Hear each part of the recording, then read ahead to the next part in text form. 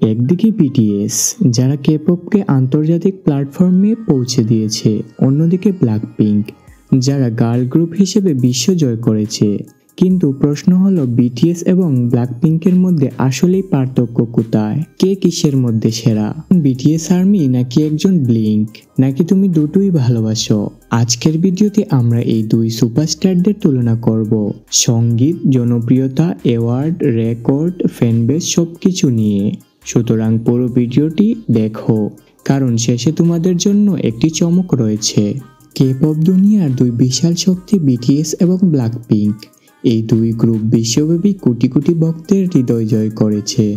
কিন্তু প্রশ্ন হচ্ছে, এই দুই ব্র্যান্ডের মধ্যে আসল পার্থক্য কোথায়? সঙ্গীত, স্টাইল, জনপ্রিয়তা, রেকর্ড, সব দিক থেকে কে কোথায় দাঁড়িয়ে? আজকের ভিডিওতে আমরা তুলনা করব বিটিএস এবং ব্ল্যাকপিঙ্কের মধ্যকার প্রধান পার্থক্যগুলো।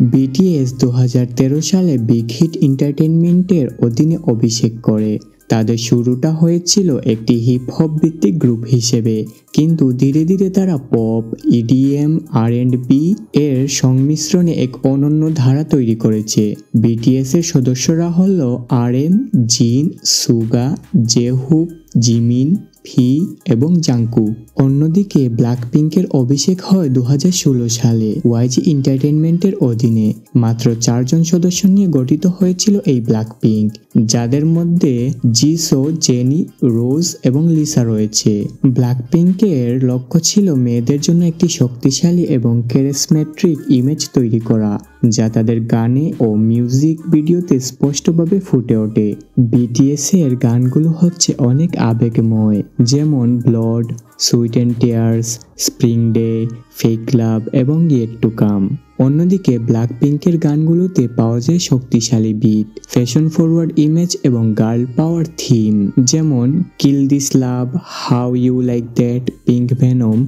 এই শক্তিশালী গানগুলোতে তাদের অনন্য শক্তিশালী কনসেপ্ট দেখা যায়। বিটিএস এর ফ্যানবেসকে বলা হয় আর্মি এবং ব্ল্যাকপিঙ্কের ফ্যানবেসকে বলা হয় ব্লিঙ্ক। বিটিএস এর ফ্যানবেস অনেক সংগঠিত এবং তারা সামাজিকভাবে নানা উদ্যোগ নিয়ে থাকে। অন্যদিকে ব্লিঙ্কের ফ্যানবেস সোশ্যাল মিডিয়ায় অনেক বেশি সক্রিয় এবং তাদের স্টাইল এবং ফ্যাশন অনুসরণ করে। বিটিএস এর ইউটিউব চ্যানেলে সাবস্ক্রাইবার সংখ্যা হলো 70 মিলিয়ন প্লাস।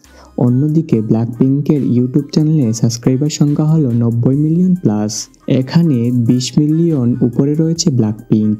বিটিএস এর স্পটিফাইয়ে মাসিক লিসেনার হচ্ছে 60 মিলিয়ন প্লাস এবং ব্ল্যাকপিঙ্কের স্পটিফাইয়ে মাসিক লিসেনার হচ্ছে 40 মিলিয়ন প্লাস। এখানে বিটিএস জিতে গেল। বিটিএস বিশ্বের অন্যতম সর্বোচ্চ পুরস্কারপ্রাপ্ত কে-পপ গ্রুপ, যার মধ্যে রয়েছে Grammy nomination, billboard music award, American music award এবং আরও অনেক কিছু। অন্যদিকে ব্ল্যাকপিঙ্ক কে-পপ ইতিহাসে প্রথম গার্ল গ্রুপ হিসেবে কোকা-কোলাতে পারফর্ম করেছে এবং ইউটিউবে সবচেয়ে বেশি সাবস্ক্রাইব গ্রুপ হিসেবে রেকর্ড করেছে। সঙ্গীতের বৈচিত্র্য এবং অ্যালবাম বিক্রির ক্ষেত্রে বিটিএস সবচেয়ে এগিয়ে, কিন্তু ব্ল্যাকপিঙ্কের ভিজুয়াল কনসেপ্ট এবং ফ্যাশন এবং সোশ্যাল মিডিয়া ইম্প্যাক্ট অসাধারণ। অর্থাৎ দুই গ্রুপই নিজেদের মতো করে দুনিয়া কাঁপাচ্ছে। শেষ পর্যন্ত বিটিএস হোক বা ব্ল্যাকপিঙ্ক, দুই গ্রুপই কে-পপের গর্ব। একদল নতুন ধারা তৈরি করেছে, তো অন্য দল বিশ্বজুড়ে গার্ল গ্রুপ হিসেবে নতুন রেকর্ড করেছে। তোমার মতামত কি? তুমি বিটিএস এর ভক্ত নাকি ব্ল্যাকপিঙ্কের,